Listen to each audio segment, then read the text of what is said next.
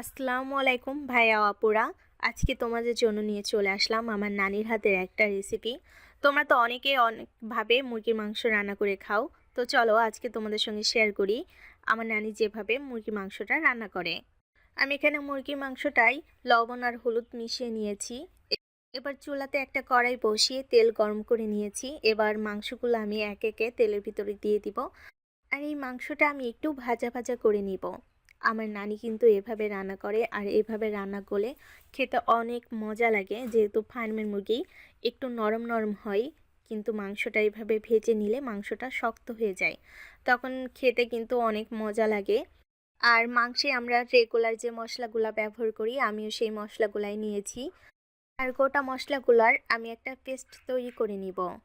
আর এইদিকে মশলা পেস্ট করতে করতে আমার বাকি মাংসগুলাও ভাজা হয়ে গেছে, তো আমি সবগুলা এবার উঠিয়ে নিচ্ছি। আর মাংসটা উঠিয়ে রাখার পরে ওই তেলের মধ্যে সামান্য আরেকটু তেল এড করব। তারপরে আমি গোটা দারচিনি, এলাচ আর তেজপাতা একটু হালকাভাবে ভেজে নিব। তারপর পেঁয়াজ কুচিটা দিয়ে দিব। আর পেঁয়াজ কুচিটা যতক্ষণ না লাল লালভাবে ভাজা হয় ততক্ষণ আমি পেঁয়াজটা নাড়াচাড়া করতে থাকবো। তো আমার পেঁয়াজ কুচিটা হয়ে গেছে। এবার আমি পেস্ট করা মশলাটা দিয়ে দিব। এবার পেঁয়াজ কুচির সঙ্গে পেস্ট করা মশলাটা আমি ভালোভাবে নাড়াচাড়া করে একটু ভাজা ভাজা করব, মানে 2-1 মিনিটের মতো নাড়াচাড়া করে তারপরে হলুদের গুঁড়া, মরিচের গুঁড়া আর লবণ দিয়ে একটু নাড়াচাড়া করে অল্প একটু পানি দিয়ে ভালোভাবে 7 থেকে 8 মিনিট মতো কষিয়ে নিব। আর দেখতে পাচ্ছ আমার মশলাটা কত সুন্দরভাবে কষানো হয়েছে, উপরে তেল উঠে আসছে। এবার আমি ভেজে রাখা মুরগির মাংসগুলা সব দিয়ে দিব। আর আমি পানি ছাড়াই এই মশলার সঙ্গে ভাজা ভাজা করতে থাকবো 8 থেকে 10 মিনিটের মতো। তাহলে মশলাগুলাও ভিতরে ঢুকবে আর খেতেও কিন্তু মজা লাগবে। মশলা কিন্তু মাংসের ভিতরে না গেলে এই ফার্মের মুরগিটা খাইতে মজা লাগে না।